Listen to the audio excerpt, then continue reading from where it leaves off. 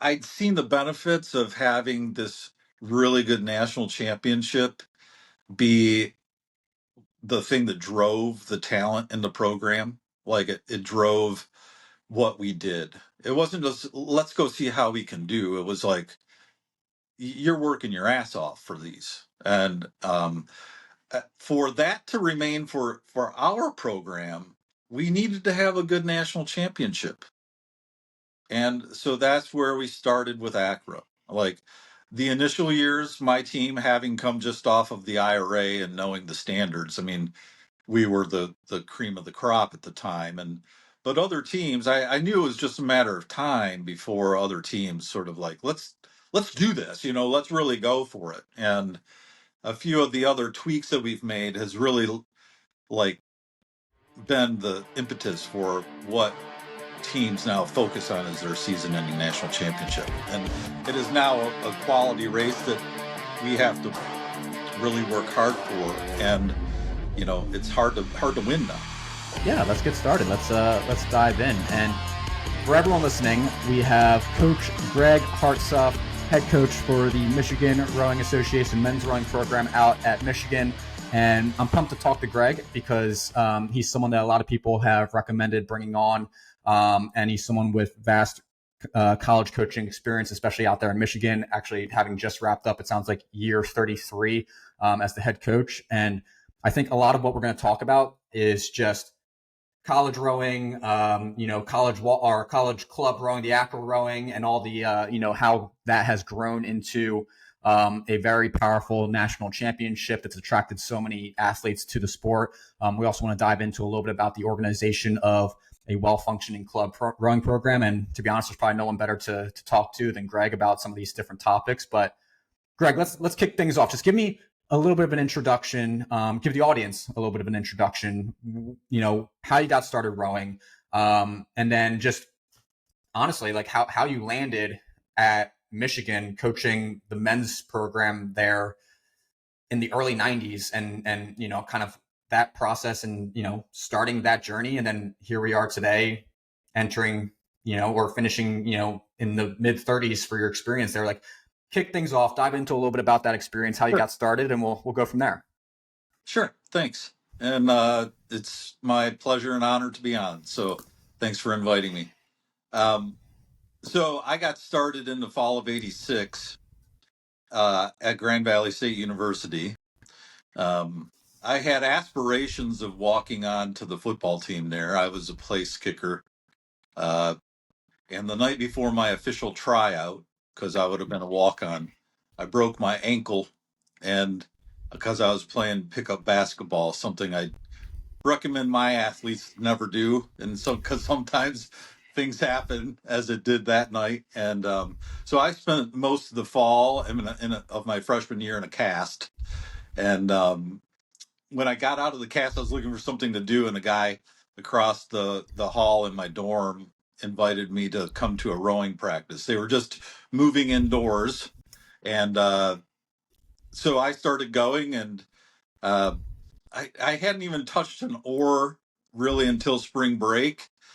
And immediately I knew this was going to be part of my life for years to come. Like I didn't know like exactly what capacity. I didn't know how.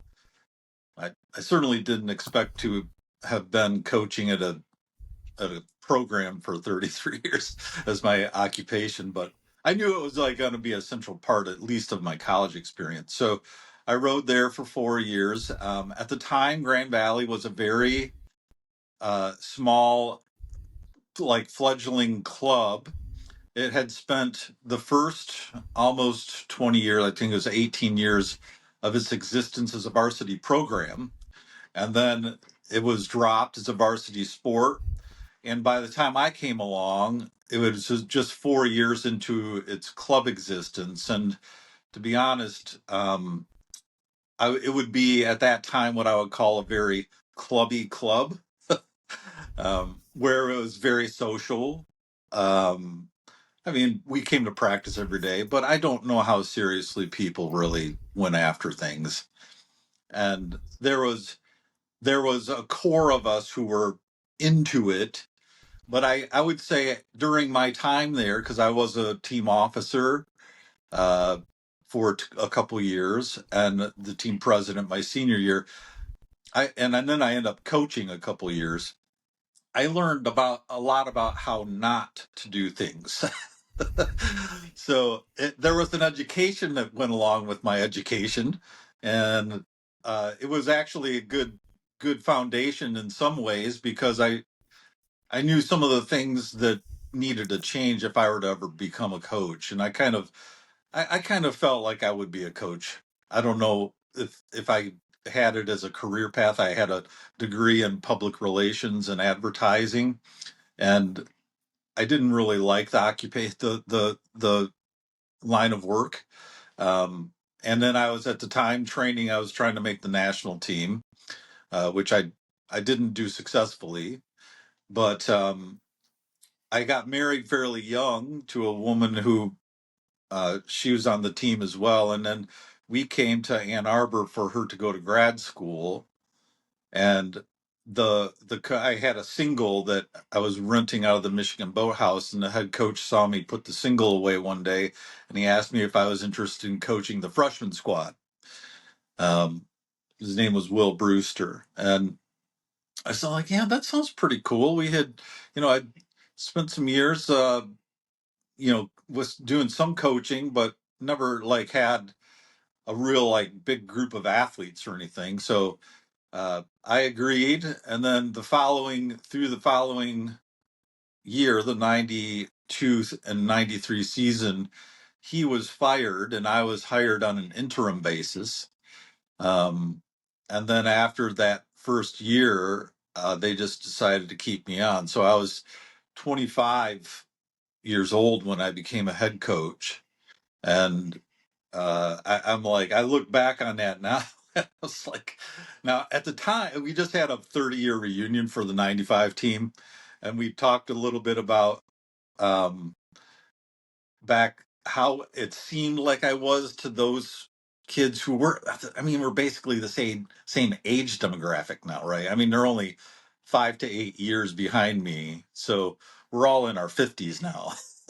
But at the time, it seemed like I was this old dude, like I had been around forever, and I was mature, and I'm like, I'm thinking back at like, geez, if I knew then what I knew now, like we could have been so much faster and done things so much better, But that's just part of the evolution, and from there, just everything kind of grew.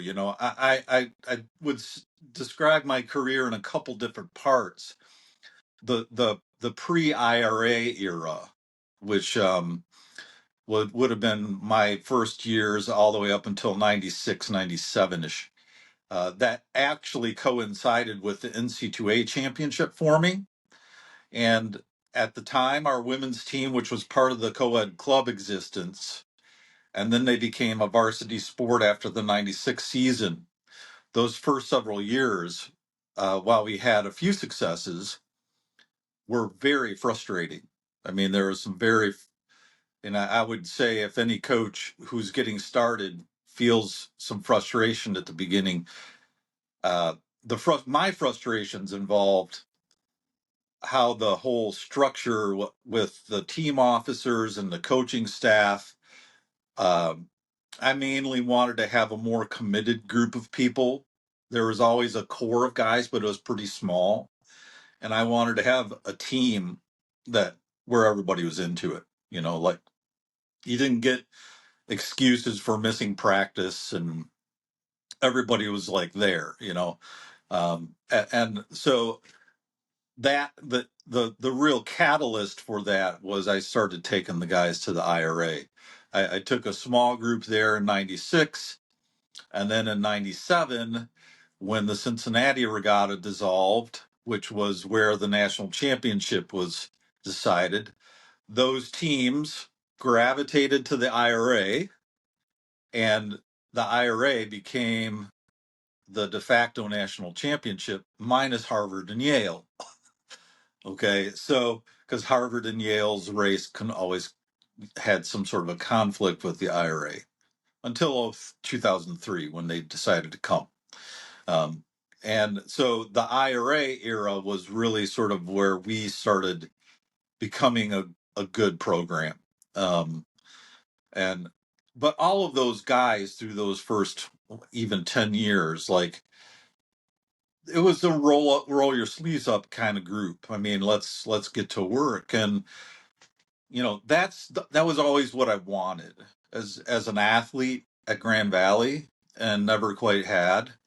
And even in the early years at Michigan, like, I always wanted to have a top to bottom good roster and even the bottom guys, the 3v 4v 5v guys, like, even they don't have quite the athleticism, like they can still be committed to being good, you know they can still work hard. And that's where we sort of became. So that's the second part of my career being the IRA years, until we were kicked out of the IRA.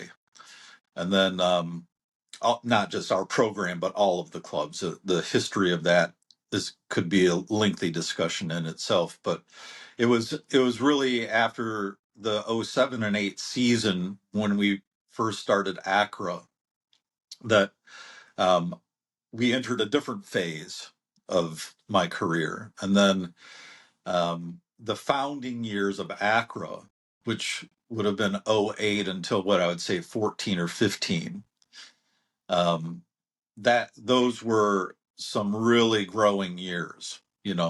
I had uh, through the successes at the IRA and the Dadvale and the NIRC regattas, um, I learned a lot. I learned a lot about how to, and I think probably the biggest thing that I did better that made our team, I would say, harmonious, was I just got better at selection. Like I got probably the most combustible thing on a team is who sits where. And I just got better at doing that. I just got better at listening to the athletes. Um, my selection methods became less biased and more, I stopped going on my hunches as much. I just used the data from seat racing, used the data and then used the data from the attitude of the rowers.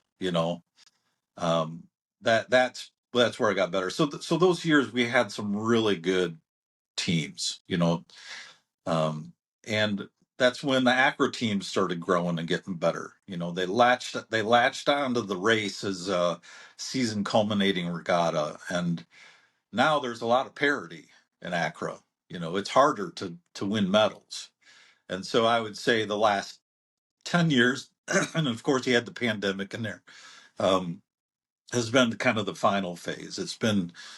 The it's not like what I would say top to bottom quality of what the IRA has produced in terms of teams and depth, but it's kind of like the early years of the IRA, to be honest. I mean, you can't afford to have a bad race along the way there now. I mean, it used to be you could go less than 100% and get to the final and win a medal. It doesn't happen anymore. It's been years since there's been an open water victory in the varsity eights. And, that's that right there, and how teams have sort of, and some of the information that I put out there on the American Collegiate Rowing Association.com website. I've written some things about how to get better with a program. Teams are doing that. I mean, I think COVID and the COVID break was, in a sense, a time for teams to reset and reset team culture.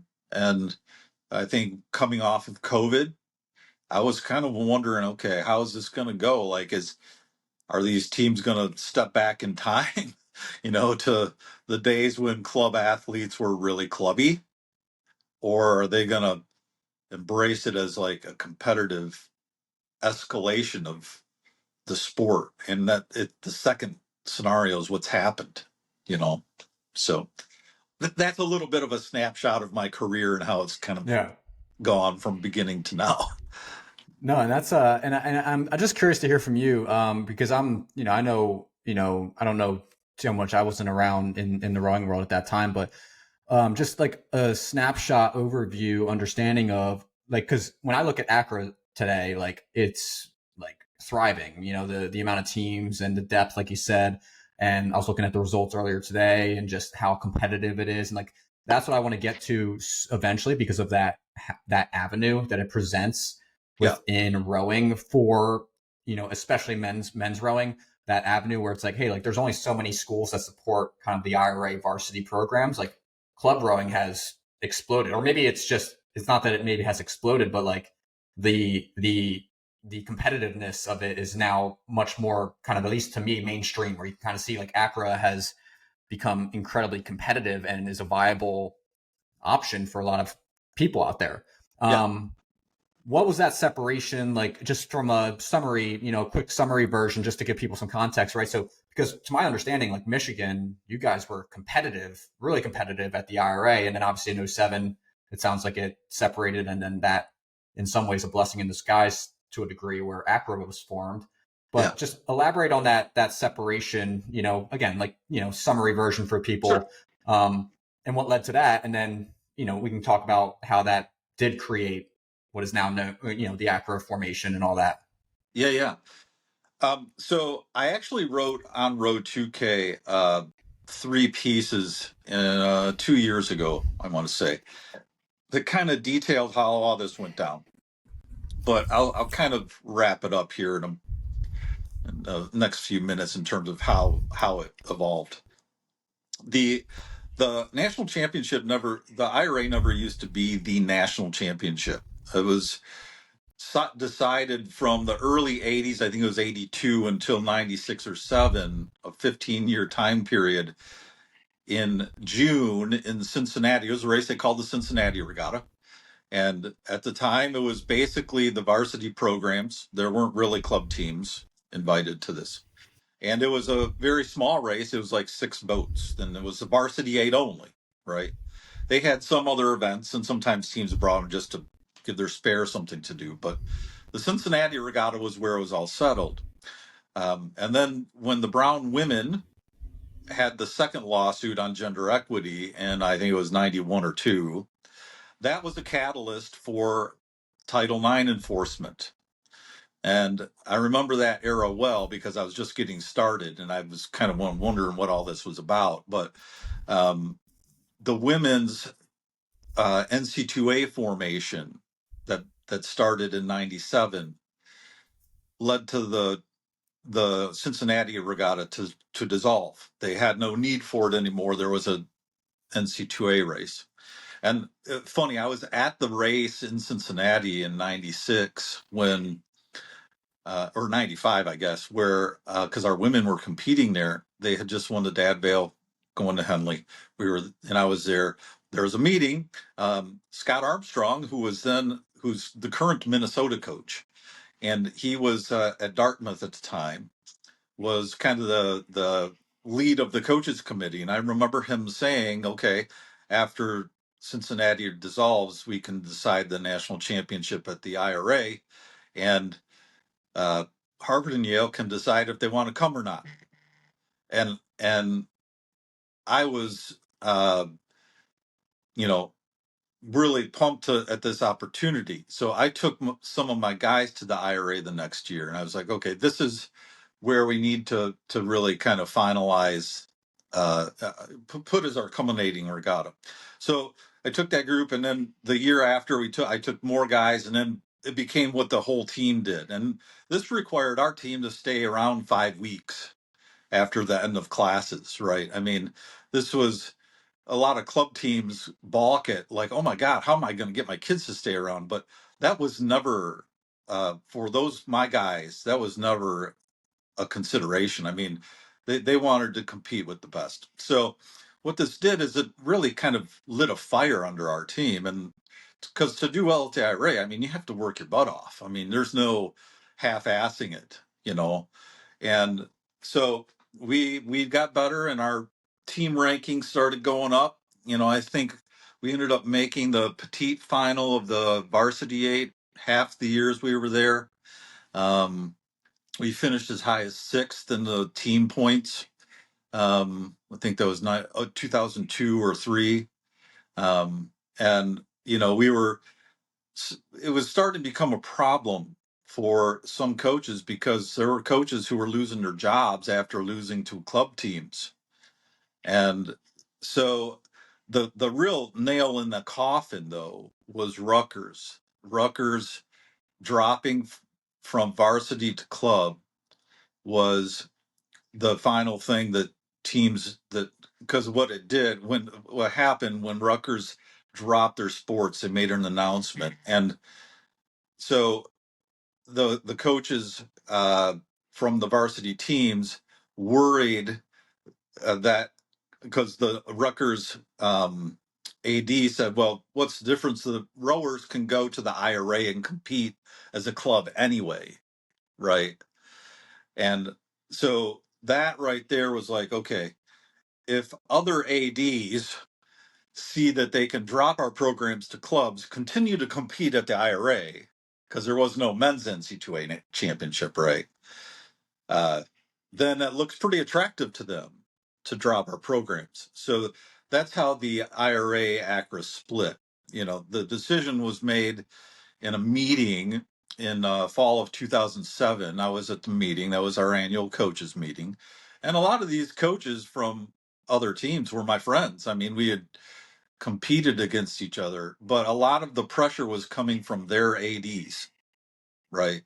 Their ADs were like, if we want to save this sport at our school, we should probably streamline this race to be more in line with the NC2A, to be more to not include clubs because clubs can't compete at the NC2A, and so we need to kind of put our foot down. And it was a hard thing for some of my friends. I mean, they liked having Michigan there, they liked having Virginia there, and sometimes Purdue, and uh, it gave a different flavor to the race, you know rather than just being, oh, here's the Eastern Sprints rerun with Cal and Washington added in, and now sometimes Stanford, right? And so it was kind of uh, they liked that, but but they wanted to save their sport, their status. So that's when the split happened, and at that meeting they asked all the club coaches at one point coming after a break to leave and have just a meeting with the varsity programs. And it was that point I knew this was going to happen. It had been we've been talking about it. The discussions have been happening. I've been kind of kept in the loop with a few of my friends, Dave Reichman in particular. But, I knew it was going to happen. So it was really in this library on the University of Pennsylvania's campus where we're sitting around as the rest of the varsity programs are having a meeting 2 doors down, sitting in this library, and it's kind of like, okay, well, what do we do now? And I had I'd seen the benefits of having this really good national championship be the thing that drove the talent in the program. Like it drove what we did. It wasn't just let's go see how we can do. It was like you're working your ass off for these, and for that to remain for our program, we needed to have a good national championship. And so that's where we started with ACRA. Like the initial years, my team having come just off of the IRA and knowing the standards, I mean, we were the cream of the crop at the time.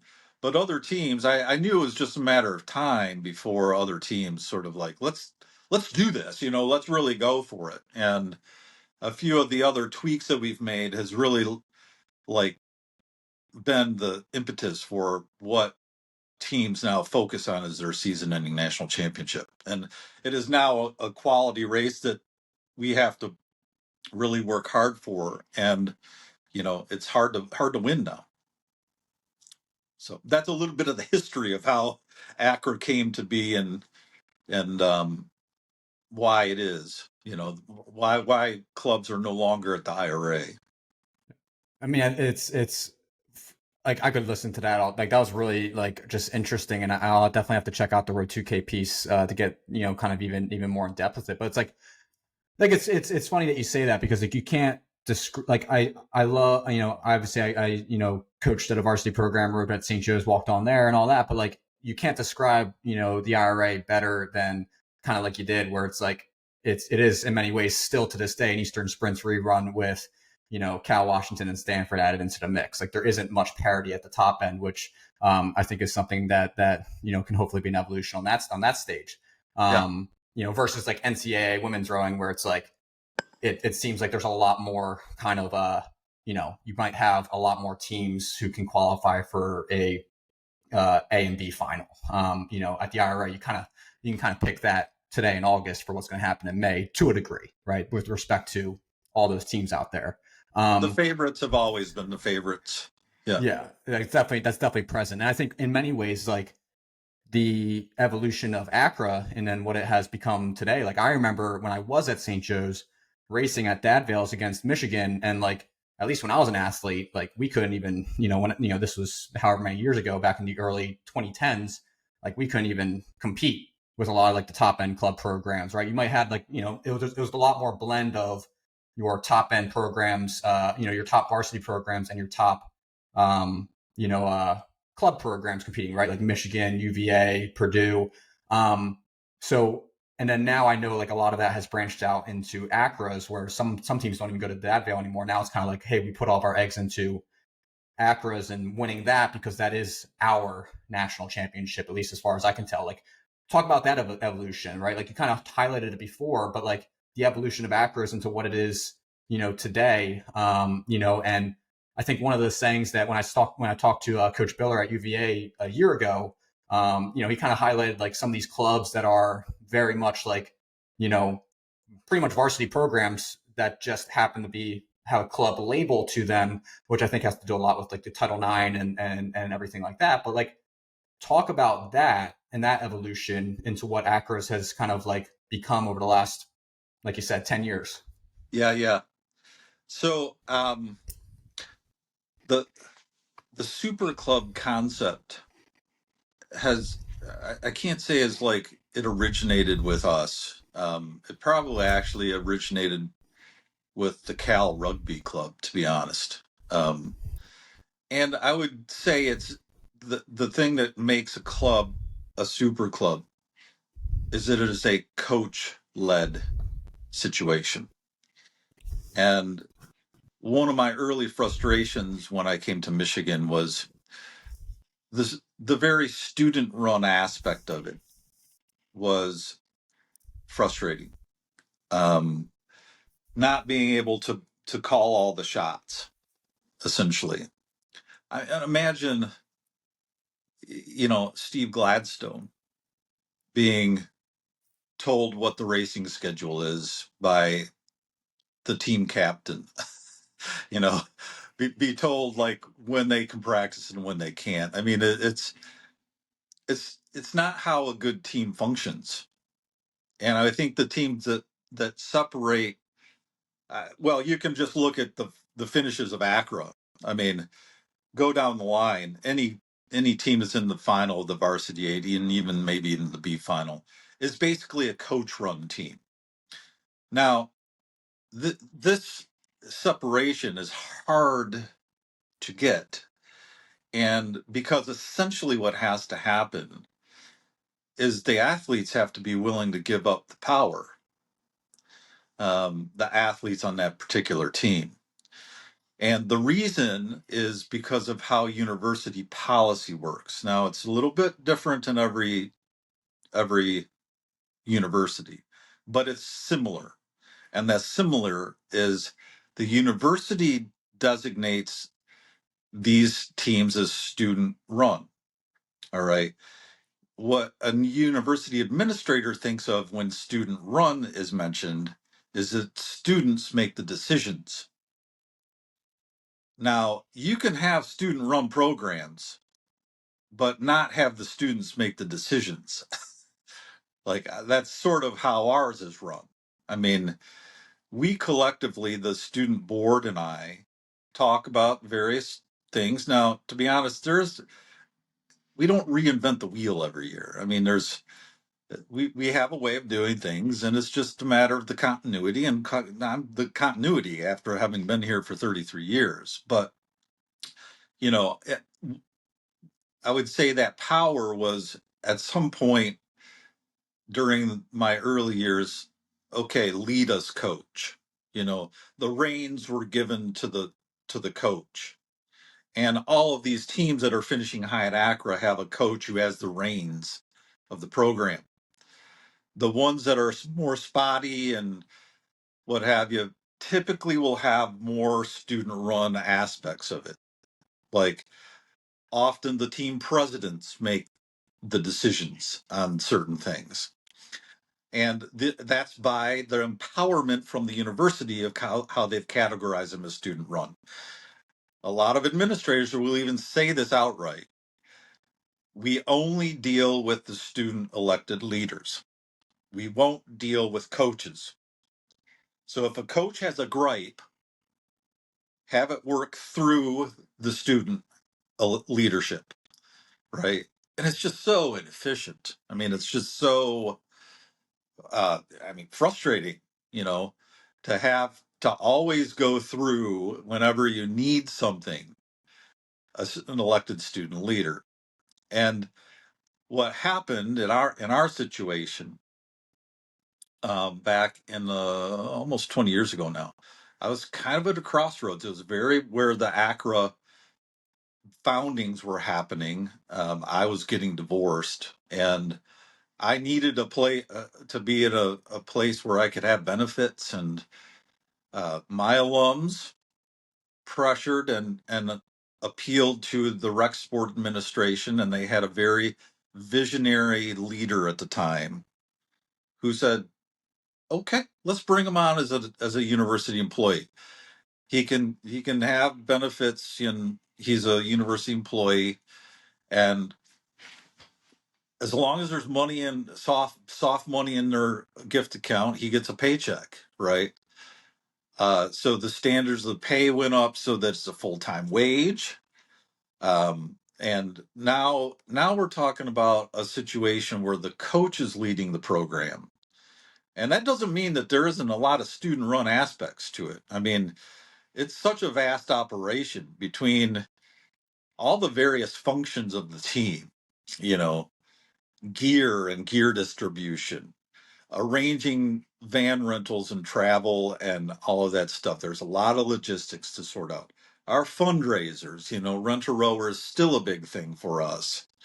That's a lot of just organization, you know, keeping up with the email list. There's how the trailer is loaded, equipment maintenance, all of this stuff that I, as the professional, oversee.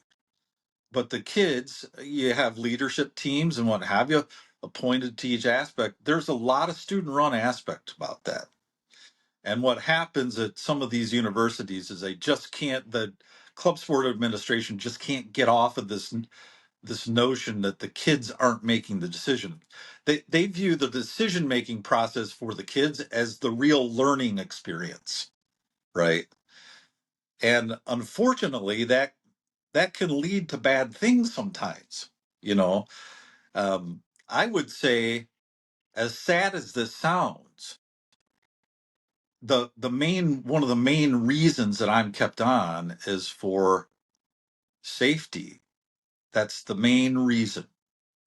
I keeping them out of court, right? I mean, go back to 2017 when the kid at Northwestern passed away due to being ejected out of the boat in a unfortunate situation. Go back to 21 or 2 when several kids from Iowa State made the poor decision to go on the water. And this is what happens in student run situations. The undeveloped brain makes poor decisions. And those incidences sort of led other university risk management personnel to say, it's not a bad thing to have a coach here leading this situation. And that's where the administrations can, this doesn't happen in varsity programs. The coach has the reins and he's overseeing it. And this is the real club varsity separation, is who gets to make decisions. And more with our sport, it's becoming a coach led thing. And that didn't exist, mainly because administrators hate to treat teams differently. That's the main reason. But the Tiddlywinks team has a different set of needs than the rowing team does, as does the boxing squad, or whatever, synchro skate. We all have a different set of needs, and administrators struggle with privileges that one team gets whereas another one doesn't. you know and now and more they say, okay, this situation maybe probably should have a coach, and if you're not hired on staff, then maybe they're at least recognized by the university, and can have some correspondence with administrators, even if they're not their boss, so to speak. So yeah, it's getting away from the team president as the coach's boss scenario. It's not how a good team operates. Yeah. Is that like, not to interrupt there, but is the just, I think part of it also, like, to like, are you seeing more clubs? Like, I think what makes rowing, as a club sport different than a lot of other sports is, number one, like the amount of people that, like, this is such an interesting conversation to me, so I'm excited to kind of dive deeper. But like the amount of like students that are in part of the club, right? I think your roster is, I think I was counting down, it's like 70 plus athletes. If you like, at least according to your website, like, it's a massive roster. Also within that is a Yeah, we'll be massive. at 100 people here in a couple weeks. Okay, so I undercounted it. Before the freshmen that we take onto the team all quit, but Yeah. we'll start with around 100 and it'll quit down to about 75ish. Yeah. Yeah, wow. And so, like, within that, you have the mass amount of athlete participation, student participation. You also have the equipment upkeep that goes along with that, or the equipment access plus upkeep that goes along with that. You Yes. also have the risk in the event itself, which is going out on the water or mass exertion type, fitness or physiological, tests and all these different things. Like, so it's such, like, when you think about the separation between, say, a club rowing program versus name the other, kind of a club rowing club organization at a university, like, there are distinct differences that could probably speak to why you do need some continuity in the leadership position, to be able to make the decisions that, again, keep that, what is actually like a conglomerate afloat, right? Like, it's a very large Yes. organization. Are you seeing that being coming, like, as ACRA continues to evolve and this becomes you start to see a lot more of these coach led programs? Like, is this an evolution that you are striving for to see more? Like, are you currently seeing it more, or do you hope that you do start to see more clubs turn in that direction? Like, Yeah. take that wherever you want, but yeah, Yeah. yeah.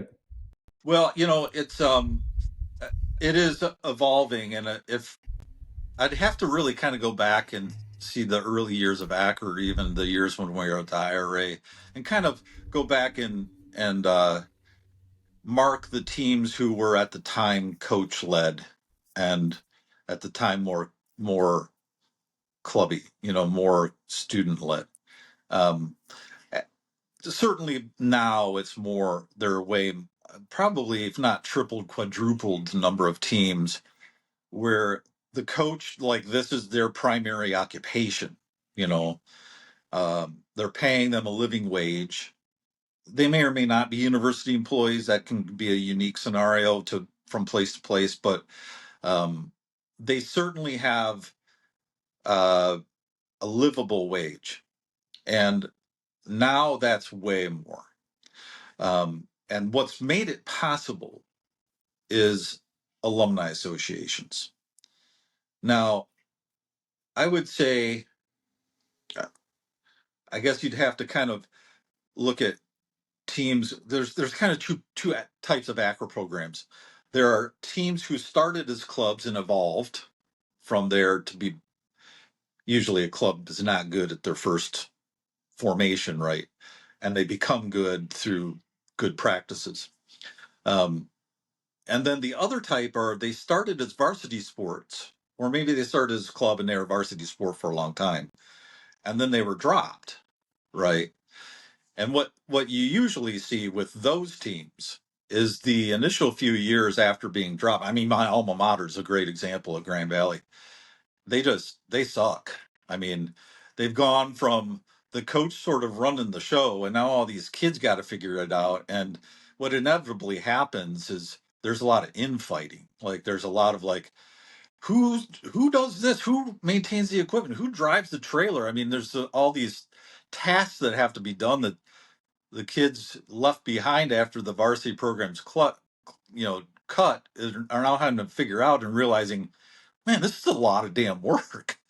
and and it's inevitably that infighting that causes teams to be bad, because when you got kids fighting for power and, no, we're going to buy this boat this year because lightweight women need this, and, well, no, the men want this. And I mean, when there's a lack of resources and no clear leader, even though the team president is leader, you can get these like factions of uh, kids who side with one side or the other, and it just becomes bad. And you're just not going to perform well if there's not harmony in the athletes. I mean, if they're not getting along, it's probably going to show up in the third 500 of a race, you know, where it's the most intense part. And so that is why these club teams, it's the infighting among the student leadership.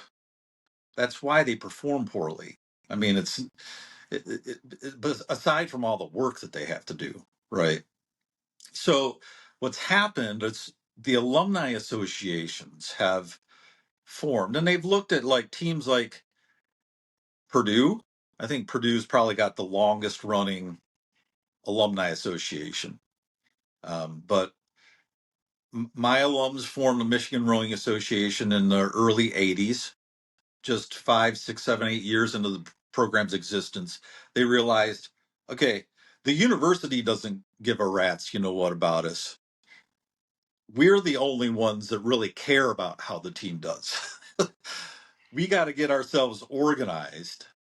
And at that point, you sort of have the framework of an administrative oversight body, you know, because the alums, in many cases, what happens is the alums negotiate with a city or park or county for access to water, getting a boathouse together, even if it's just a pole barn, you know. Um, they start getting the equipment built up through their donations, and of course, the older your program is, the more alums you have to draw from. And I would say the longer your program has been really going at it seriously, the more invested the alums are, because they were invested as kids, right? Once these kids who, like the guys who on my team, who my alums that went to the IRA and were working their ass off and doing two-a-days and this, that, and the other thing, like they were invested heavily as kids on the team. And then that doesn't change 20 years out, and now they're a physician knocking down, $500,000 a year. That they want to give back to that situation because they know that the investment that they made when they were a youth was what helped them become what they are. And they want to make sure that that happens with the next generation of kids on the team. And so, in the absence of university caring and forming their own administrative oversight, the alums take charge. And so, this is what you're seeing now with like UCLA. Virginia's always had that. I mean, a lot of these alumni, but even a team that's relatively new, like Illinois, I mean, they have a decent group of alums who, I mean, these guys are all under 40 years old, probably, but they're doing good things for their programs. And that is what happens in all areas of the university, not just club sports, but you know, the alums who participated in certain aspects and things on campus are the funding source for those today.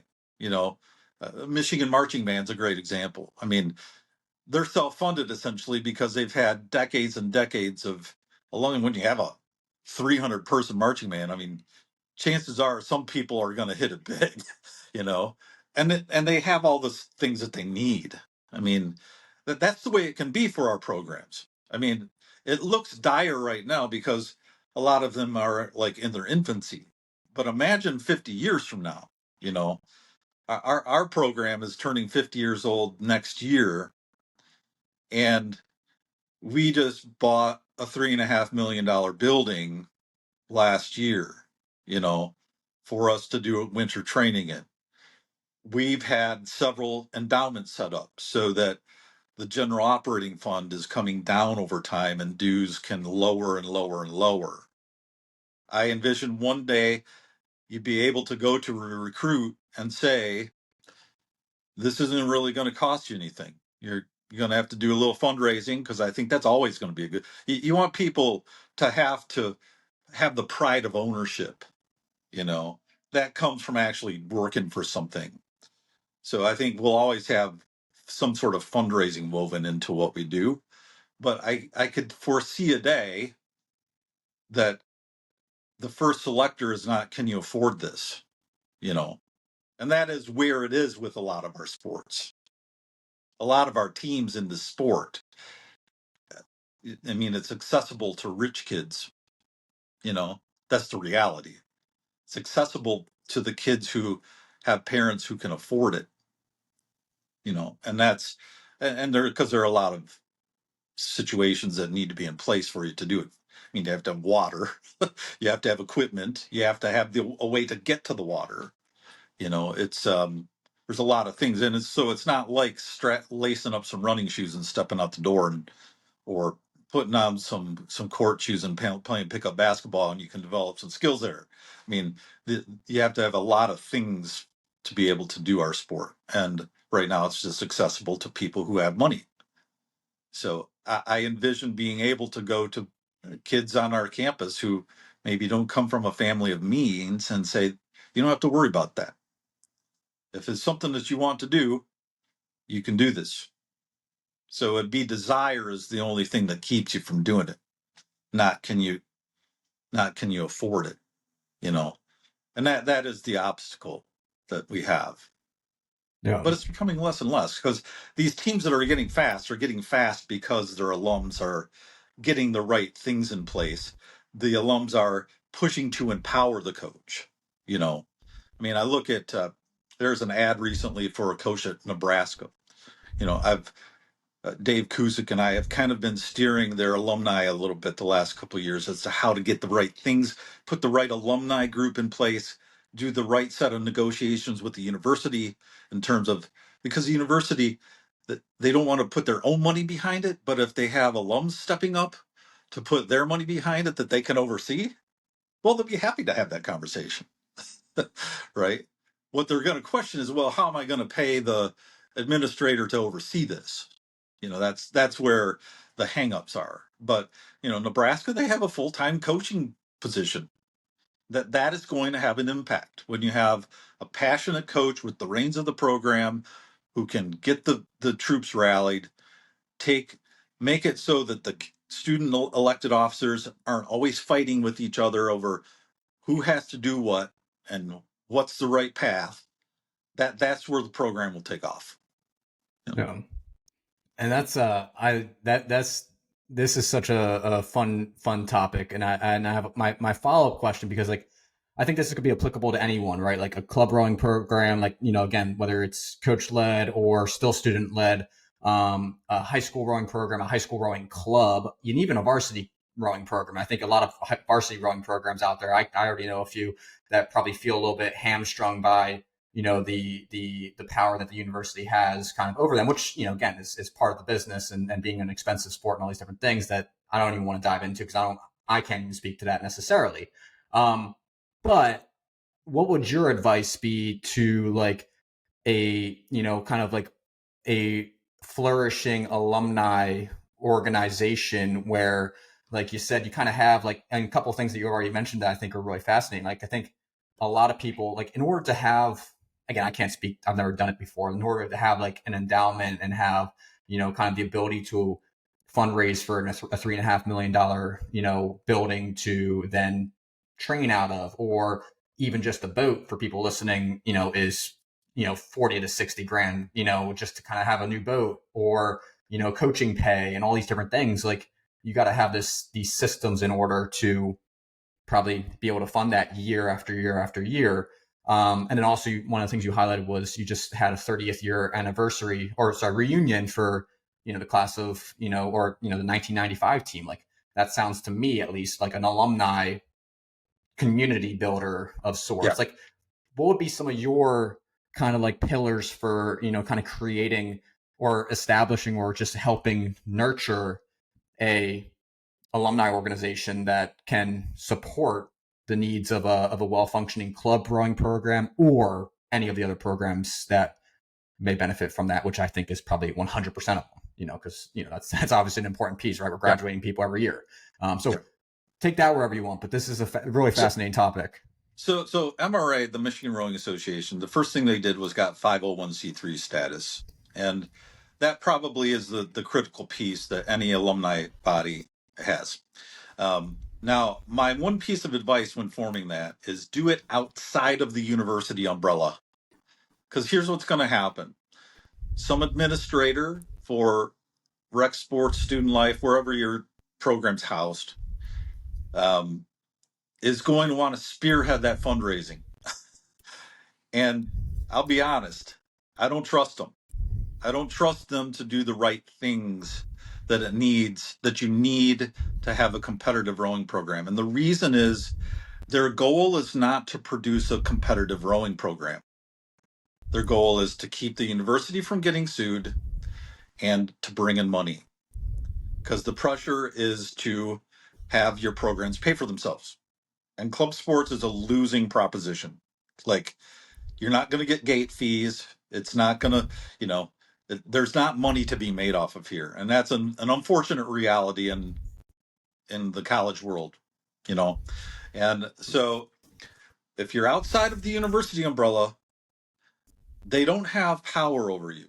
They can't steer your funds to where they think it needs. Oh, well, you know what would be great? We need this new court in the rec sport facility, and the rowers could use this sometimes. You know, they're going to divert it to areas of interest they have interest in. And alums want to make sure you have good boats, that you have access to good water, your facility's good, all of those good things. So they don't get to tell you where the money is spent. They have no authority over what you do, right? So you can posture things how you want them, which, because you're alums, you know what the teams need because you remember when you were a kid on the team. That those development persons and administrators, they don't care. I mean, if they cared, they'd be putting a lot of money behind your program. All right. So you take those reins and you keep it outside of the university. Now, that's a lot of work. Like, to file every year. I mean, our MRA treasurer works his butt off, like constantly having to monitor accounts, and certain things are allowed and certain things are not. But the way this is infused in our program, is they keep an account for us outside the university that we can spend money from, right? And while the university doesn't like it, there isn't a whole lot they have to say about it. Members of our team have to be members of the Michigan Rowing Association for insurance purposes. So they effectively have dual memberships. They have Michigan Rowing Association and the University of Michigan men's rowing team, which is under the university umbrella. Okay. And so this allows us to spend money how we want. I mean, we have to follow law, obviously. But that MRA treasurer now has a lot of work because you have to justify all of your expenses to the IRS if you're going to remain a 501c3. So that board works. I mean, it isn't just, okay, yeah, let's get together and have beers at a tailgate sort of thing all the time. Like, to manage a $3.5 million building takes a lot of work. To manage getting the funds around for a boat and maintaining that fleet takes a lot of work. And so those guys really do work hard. My alums do. And, it's pretty harmonious in that sense because we all share the same mission. We all want the team to do well. And what really sets it apart. Right. So that's my first bit of advice. Now, the actual inner workings of the MRA, um, the initial years that I got here, it was still kind of a fledgling, kind of loose, like, okay, let's put out a newsletter every so often and have an event. And I mean, I spent more than uh, several years putting stamps on newsletters and groups of people so we can get the next batch out and get some communication. I mean, it's all done electronically now, but back in the day, it took a lot of work, and it was largely coming from me. And at the time, the women's coach, Mark Rothstein, who's still the coach here, and a few of the alums who were still in town. We met monthly, but over time, this thing's had taken on a life of its own. I mean, every year when you're graduating 10, 14, 16 kids, they start to rack up. I mean, after 10 years, you got 160 some people who are actually pretty like infused, pretty dedicated, right? And then, they're bringing it all together now. So what we have is a procedure when they graduate. It's literally at ACRA, like it's literally in your final days on the team. The graduating class, however many there are in it, they elect a representative leader. That representative is now on the MRA board. So every graduating year has a board member. Okay. And that board member's job is to spearhead and keep people informed, keep them coming together for events, raise money, ask them for money. Let's chip in for this, whatever, you know. And then there's a greater elected executive board, your typical officers, vice president, president, secretary, treasurer, some trustees, yada, yada. Um, that kind of like meet monthly and make the decisions. And then we meet with the overall representative a couple times a year. All right. So those elected class reps liaise to the executive board, and that's how it all sort of branches out, and that position can rotate. Maybe one guy's like, yeah, I'm in med school and I just don't have time right now. Okay, I'll take on that role. And so that's how they're sort of immediately brought into the fold, you know. Um, and it's not, while we sometimes there are disagreements, we're all on the same page, and these kids that are, 23 years old who graduated last year, even though they're not like in a position where they can like donate a lot of money yet, the groundwork's being laid, because in 20 years they will be, 30 years they will be. Um, and that's kind of where we're at now with some of the guys who I first coached. And there are some dedicated alums who came before I got here. I got here for like 15 years or so into the team's existence. And the pioneers are very sort of involved. They feel a pride with founding the program. But yeah, I mean, that's kind of how it works. And every year when you can tack on even 5 kids, I mean, 5 kids is better than none. Um, what they used to do, I think they do it sometimes still, is they have what they call the class challenge. Um, the class that raises the most, well, it's a 3-prong point system. You raise the most money, most donations per person who donates, and I don't most participation. You win the class challenge, you get to name the boat. You get to name the boat that we buy that year. right? So you get some, people are inspired to, okay, let's really go for it this year. Let's really contribute. And that's little competition, intra team competition is good. What would be? I want to transition to the the team and stuff like that here in a second. But what would be like your quick piece of advice for any program out there that wants to, like where it's like, well, we haven't really done any alumni outreach, and our program's been around for 15 to 20 years, and we kind of we want to take that next kind of jump in our phase of growth, to hopefully having a little bit more stability long term through alumni organization or through some kind of alumni structure.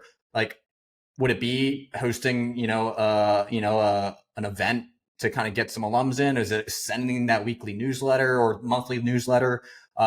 Just whatever you think, like what for the program directors out there or the coaches out there who don't even have a program director, like, what would that, or even the students who are trying to, again, Yeah. establish a structure? I would say the biggest piece, if you need to have steady communication. I mean, if you go years without hearing from, how's the team doing, and so this can be a group effort. You just need somebody to spearhead it, but get people on the team to write articles about how things are going for them. Tell a story. Definitely an annual event, like we do an annual tailgate during a select game that a lot of people come into town for. It's kind of like a rowing homecoming type weekend, and sometimes homecoming itself is that. But nowadays, like, they can come to this new building that we have, and it's kind of like we've made it into a little museum. Pictures and things like that, and they just love hanging out. I think so.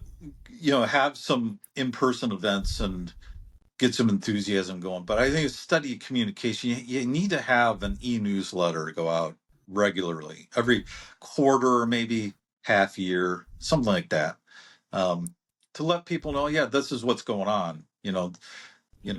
We're buying a new boat this year, whatever. Keep them informed. They mostly like to hear from the kids. I mean, they want to hear the experience that the kids are having, and that's gonna, hopefully jar some good memories. And then it's gonna touch the soft spot in their heart that allows them to contribute and give back. So it's communication. I mean, to be honest, that was a strategy early on, and when I was here, and was really sort of the central part of MRA, is we just kept communication coming, and because for several years they hadn't really heard anything. And especially around this time, we had the women's team breaking off to become a varsity sport. And they were wondering how this is all looking, how is this, you lost half the team. Like, how is this going to go? And so they appreciated being kept in the loop. And it doesn't take a whole lot to communicate. I mean, it takes time and effort, it takes almost zero money now. So that's something cheap that you can do to build the sentiment, Yeah. but communicate. That's probably the number one thing. I think that's huge. Just the frequency of touch, in some capacity, right? Even if it's just a short email, right? Like, people want to know what's going on, and like, or they would love to be reignited with the program after maybe not being a part of it for 5, 10, 15 years. So no, that's fascinating. How about I got a couple more questions for you. I have to ask about just the team and the growth and how you kind of have that 100-person roster. How much time do you got? A couple more. Yeah, I got 20 minutes. Cool. We'll take advantage of at least 10 of them, and then we'll get you on the way. I'll be conscious of your time. But one of the things I wanted to bring up, right? Because again, I thought all of that was incredibly valuable for anyone listening. I think this is so interesting to me. But I think obviously there's a bottom end of that pyramid to a well-functioning club rowing program, right? The Michigan Rowing Association. And the bottom end of that pyramid, at least in the way I'm trying to describe it, is you got to have athletes. Like, you got to have like the kind of spearhead to kind of having all this support is having people to actually row the boats, compete in the races, and hopefully win some medals and all these different things. And you elaborated on it before, but 100+ athletes, at least early, right? And we all know rowing attrition early on is, it's like, you're losing kids, very frequently in those first few months once they realize, oh, this sport's not that easy. Yeah. So that's obviously a natural, flow of developing a team. But just your own, just like, how does that even happen? Like, I don't even know where to start with that, but like just creating a team that large, like, is that, obviously as a club rowing program, I'm sure maybe there is some athletes who come in there with the full intent of rowing, maybe a larger portion than I even think.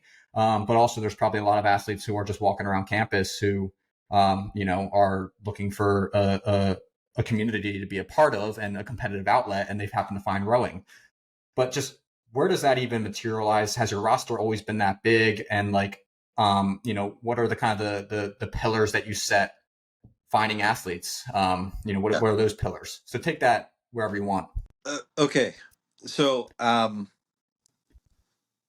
big team and keeping bodies around.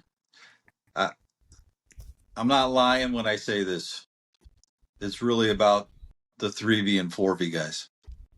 Um, you need to have a value for every single person on the team. Like they have to. People want to contribute. I mean, there's going to be some people who are they want to be in a higher boat, yeah. But the way I built this thing was we focused on team point trophies.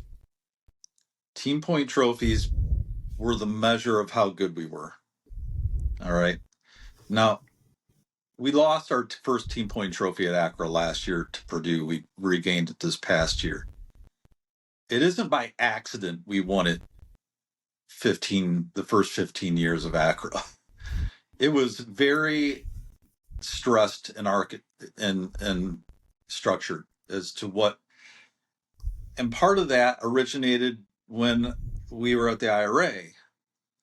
The emphasis that I put was how well can we do on the 10 Ike, the team men's team point trophy there. I mean, let's be honest. Unless you have the planets aligned perfectly, we're probably not going to beat the scholarship roster that Washington, Cal, or Princeton, Harvard has. It's the recruiting blue chips, and they have Olympians rowing in their 2V. So it's probably not going to happen. So, but the guys competing as a team, like we can do this. Like we can compete top to bottom, but we need the guys at the bottom to really step up. So we need guys. And so when we structured the team, I would lay it out like the straight four needs to take this number of points, the pair needs to take this number of points. It really gave a purpose to the whole thing. I mean, it was what we talked about from the beginning of the year. This is what we need to have happen from top to bottom. We need to keep guys here because we need you. And so they knew that there was a place for them to contribute, you know. And in general, the guys on the team believe in my ability to select the team right. I mean, as I mentioned earlier, I think that was one of the things got I got better at. And I think in general, guys trust my selection. They may not always trust each other, but that they probably at the top they do, and less so at the bottom of the roster. But they trust that they're going to get a fair shake to making a higher boat. Like they're not going to be excluded just because they're short, or if they prove themselves, they're going to get the seed. And so that trust in selection is important because they knew that even as a 4V guy, if that's where the boats that they made, they're going to make do their absolute damnedest to win as many points in whatever event they were put in, so that we won the men's team point trophy. And that kept guys around. I mean, you look at some of the small teams who've had rosters. I would say, I mean, let's look back at Temple through the 80s and 90s under Gavin. Like there were years where they had a 1V and a 4, you know, and the 1V might make the final at the IRA. I mean, they were fast, right? And it was mostly recruited talent. So that there is a different team dynamic, totally different team dynamic than having 5/8 of guys banging away at it like Wisconsin and Navy has. You know, that's a different team dynamic. Now, I prefer the big team, but in a day-to-day coaching situation, it's so much I get so much more coaching done when I'm working with fewer athletes.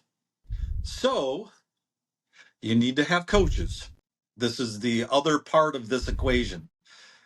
Going out in 5/8 every day, it's just not feasible. I mean, those 3V, 4V, and 5V8s are just going to be rowing in my wake the whole time, right? Because the 1V has the biggest point contribution. That boat has to go fastest. I mean, it has to be a competitive boat if you're going to win.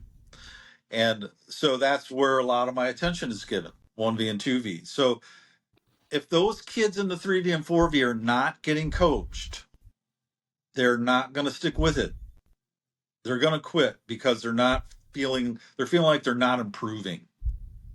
And they're feeling like they're an afterthought. So, yeah, I mean, everybody's starving for coaches all the time right now. I mean, if you talk to any head coach, they're like, hey, you got any alums who want to coach? You know, I get this question 8 times a spring. You got any guys graduating who's coming to my area, maybe want to coach? It's like, I mean, I'd love to have them on coaching on my staff if they were around in the area. You know, it's like you can't get enough coaches because if kids are improving, they're more likely to stick with it. And to keep coaches, well, I mean, you'll get some who volunteer, but they at least can't lose money. Like, you need to foot their costs, like their trip expenses and gear, and just benefit them in small ways, even if you're not going to pay them a huge stipend. It's like they at least can't lose money, you know. So that's another expense. The biggest line item expense in our budget by far is the coaches. I mean, we have to be paid a full-time wage, at least a coach or two. You know, in my situation, I'm a full-time staff member, and then I have 2 part-time wages, but we're trying to change that, you know, so that we can get a team of coaches that are working together for years and years on end. I'm not going to be here forever, you know. I'm closer to retirement than the beginning of my career, and the framework to attract a good coach after me, it has to be in place. Like, you have to be able to give them benefits and a good livable wage. That's all being worked on right now as we speak. You know, so those things are really important for keeping guys around. They have to feel value. They have to have a way to contribute to the team, and they have to be coached to get better to achieve those aspirations. You know. So And then that's how how you about keep a bunch of kids around. And yeah. then dues are low. You know, the most stressful years of my coaching career was those first years where we had 2.5/8 of varsity guys and 1.5/8 of freshmen. You're going to have fixed expenses in the budget, and whether you have 2 kids or 200 kids, Yep. they're going to be the same. I mean, you have an annual truck payment. You have an annual salary, and it has to be paid again, whether it's 2. And the more kids that you have, the more those costs go down per individual. The more those costs go down per individual, the more people are more likely to stay with it because it costs less, right? So getting that like critical mass built up, I mean, it really started with we need more guys to compete for the team point trophy. Yeah. No, I like that. And just last thing on that front, of those like 75 that you would predict are probably sticking around throughout the full year, how many of them have rowed prior to setting foot on Michigan's campus? Is it like Is it reliant more on like kind of you're still trying to find like a lot of walk-ons? So a lot of them do have rowing experience, go through a natural recruiting process. What does that look like in Yeah, summary? walk-ons are still our lifeblood. I would say about a quarter to a third of the guys on the team have had high school rowing Okay. experience. It used to be 10%. Um, Here's an interesting side topic that plays into this question. Throughout my career, the growth of junior rowing and the quality of athlete has increased dramatically. I can remember kids coming out in the 90s who told me they rowed in high school, and I was doing an inner eye roll like, "Ah, shit, this kid is gonna, he's a know it all. He's probably got all these habits that he's not gonna change because he knows what's right." I almost didn't want them, you know, and he's probably can't break 720, you know, so, uh, but that was pretty common to get guys like that. Now we get 10 to 12 to 15 kids per class, and we have a big enough university, like we'd be foolish not to recruit on campus. We have every incoming freshman class has roughly 3,200 males in it. You have to be able to convince a number of them to do this, a number of them who are tall and athletic. Like that's the messaging that you need to send out, right? We need tall, athletic, competitive people. Um, you'd be able to attract a number of them from those 3,200. And then, you know, I think a couple critical pieces to this, though, are, and I see this on the women's varsity D1, I probably it exists on the men's side too, who are largely recruited. Um, what's a real turnoff for walk-ons is this feeling like you're you're inadequate, like you're the one who's messing it up for everybody, and you have to work with the team culture of those who had experience in the varsity squad to like, let's be patient with this. It's not going to be good at first, but you're 6'5", 200-pound guy who pulls, sub 620 as a freshman. He's he gets something figured out. We're fast, right? And so it takes some patience with that.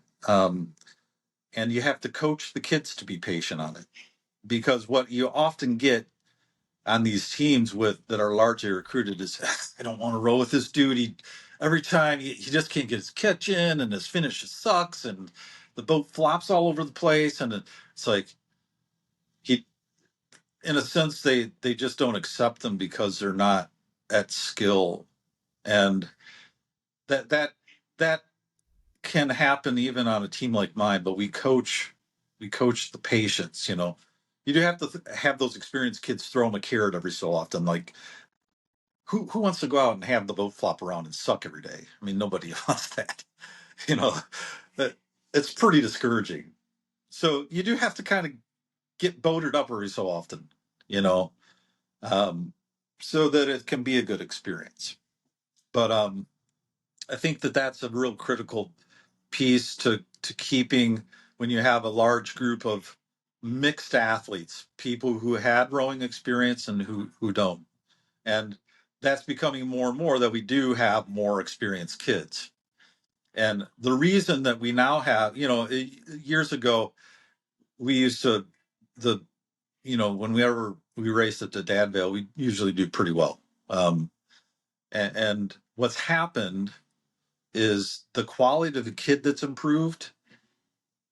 Cal Washington, they're still recruiting blue chips. I mean, but, they probably have an 8 of Americans in their top 3 boats, maybe. The rest come from internationals. And so they're recruiting some American kids. But when you have as many American kids who are actually good, like coming out of the junior ranks, which is happening now, uh, there's a lot to recruit from there. if you're a Drexel or a St. Joe's or a Temple. Like, and now the Marist and Williams and Tufts of the world are pretty good. Like, they're fast teams with good kids, and maybe those kids pulled 630 and were 6 foot tall coming out of high school, and they're not 6'5" pulling 610. But you could go fast with the kid who pulls 630 and 6 foot, and if you get half a dozen of them, I mean that's a good basis. And then they know how to put the oar in the water and take it out. I mean that's how these schools who we used to beat up on quite a bit have gotten good. Is there's just more kids rowing, and it's really a byproduct of Title IX. I mean, the women's side is notable, but it's happened on the boys too, and it's happened because the sport has gotten more exposure. It's now an acceptable sport, and then I think the other big push to have the athletes coming in happened about 10, 12, 15 years ago, where concussion education started swaying parents from getting their kids involved in high contact sports and gravitating to sports like rowing. You pick up, I mean, I'm fond of this. I always have this saying, like, one person can make a big difference. Like, a single person can make a big difference. All you really need to do is recruit this amazing athlete, and then the other kids are going to come with them, right? I mean, they can make a big speed difference, and when that happens, like, watch out. That's how some of the sub D1 programs and the men's varsity, the IRA ranks, have gotten pretty good. There's more recruitable population now. There never used to be that. And then you get them mixed in with some of these good kids you get on campus. That's how you build a roster. I mean, out of our programs, an ACRA roster is not terribly different than, like, what I'd say a University of San Diego roster is. It's kind of a mix of kids you can find on campus, and some recruits, because you can lure them there with the attractive education. But it's it is starting to separate a little bit, but it's still very much the same. ACRA is mostly walk-ons and fewer recruits, unless you're like a team like Bucknell, which is almost all recruits, and some of these other smaller clubs.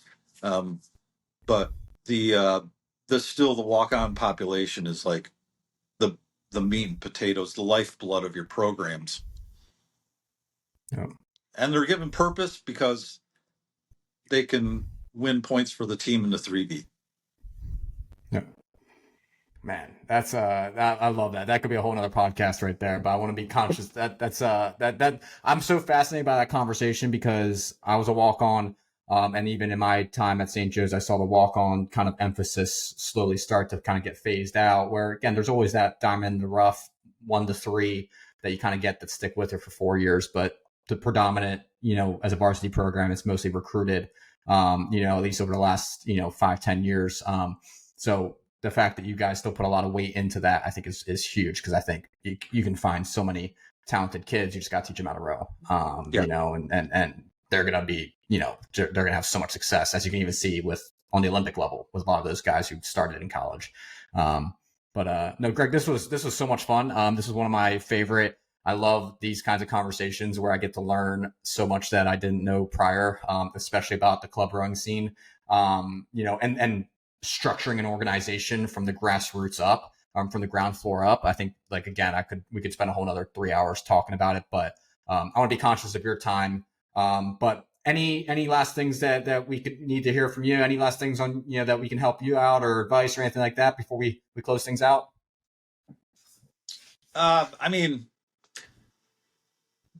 I'm a rowing coach, so we like to talk about rowing. We could talk about a lot of different things, and it's always fun for me. I don't really have a whole lot more to contribute. I mean, we can always keep having more conversations, but yeah, I mean, the ultimate. I remember being frustrated as a younger coach. I tell this story in the books, that some of the writing that I've done on the ACRA website, but I was a really ambitious kid on the team at Grand Valley. I wanted to do well. I was wanting to make the U.S. team as a lightweight. I was a lightweight at the time, um, and there were a couple other guys in the team who were also ambitious, and I would go do extra workouts and what have you. And the situation in our uh, indoor training situation at the time is we had a closet in the field house where we could store the ergs, and every day that we had to use them, we dragged them out of the closet, get things set up in this lobby, and then we do our practice. And we could use it basically whenever we had an assigned time or outside of that time if nothing else was going on in the building. All right. So we had an assigned time, and this was kind of at a downtime of the year, so we didn't have an official practice. But I wanted to do my workout. Had a good workout going. It was like a minute on, minute off type workout. So I'm humming along on this, and it's pretty intense. I'm sweating a lot. It's filling up the floor with sweat, and uh, people one by one start walking around me because they're going to this swim meet in the building. And there was a building manager. His name is Mike, and we had words before because he very typical of administrators. So sometimes the kids are a pain in their ass, right? Um, but he came storming into this lobby, and I was right in the middle of the piece, and he came up and he grabbed the handle out of my hand, and he said, "You need to get off right now and get this machine in its closet. We have X number of things going on." And like, I'm trying to prepare for this national team test, right? I was like, this is really important. He said, "I don't care. This is, you know, I don't." And I said, "Well, it's our assigned time." He said, "I don't care. We have these things going on." And what he didn't say directly, but I knew was the case, was we have a rental in this building. Other people are renting the facility, and they're more important than you. They're more important than what you're doing here. I don't give a shit if you have these national team aspirations. They have a contract with us, and I want their money. And that's what he was saying, right? So you're low, low, low, low, low on the university totem pole. I mean, if you look at how a university is structured, club sports are a non-revenue thing, and they typically are overseen by the programs director of all those programs, be it challenge ropes or intramurals or whatever. You're the lowest priority because you don't bring in income. I mean, and this is all reflected in their budget. So you're the lowest priority of programs. Programs are the lowest priority of rec sports because, again, facility rentals and other things that rec sport has going on brings in more money. So you're the lowest priority of the lowest priority. Rec sports of all the area of the university, housing, whatever, is the lowest priority. Right? It's the lowest priority. So you're the lowest priority of the lowest priority of the lowest priority of the lowest priority of the university. You're the lowest priority in the university. It's the reality that you have, right? And you're the only one that really cares about what you're doing. So roll up your sleeves and get to work and figure out a way around some of this stuff. It helps to have people with voices in political positions that can be a megaphone for you. But the reality is that you need to, and the frustration that comes with that, the feeling of defeat sometimes when you're not so gently informed and have the handle ripped out of your hand during the middle of a tense workout that's important to you. Like that's just stuff that you have to figure out. You have to figure it out, you know. And in Grand Valley situation, and this happened years after I was there, they just rented a facility off campus. In our situation, we have an alumni association that bought a $3.5 million building that I'm sitting in. You know, this is how you do that. I mean, and it's not going to be easy at first. And you're going to have to bite your tongue a lot in those early years. You can't always say exactly what you're thinking, but you're going to have to stick with it a long time if you're going to reap some benefits. It's not going to happen instantly. That's my That's my parting advice. Yeah. Oh man, I love that. I love that. That's a great way to close things out. Greg, this was an absolute blast. I really appreciate you taking the time. Again, like we could totally do a round two down the line at some point, but again, I think this was so much fun, so educational for anyone within the rowing space who wants to be able to grow and their organization. So again, thank you so much for coming on. Will you be up in Boston? Are you guys going to the Charles this year? Yeah. Cool. Well, I will be sure to connect with you up that way, and we can chat in person. But again, thank you so much for coming on. This was an absolute blast, and good luck as you guys kick off the fall and go through this next year. Yeah, it's about ready to get crazy. Yeah, I can hear the noise. I can hear the music blaring, people arguing and stuff like that. So yeah. Years ago, that song by Green Day came out called "Wake Me Up When September Ends." It's like, oh yeah. That's a perfect song for right now. Yeah. Oh man, that's awesome. Well, good luck as you guys get things rolling, and thank you so much again for coming on. This is a really fun conversation, so I appreciate it. It was absolutely my pleasure.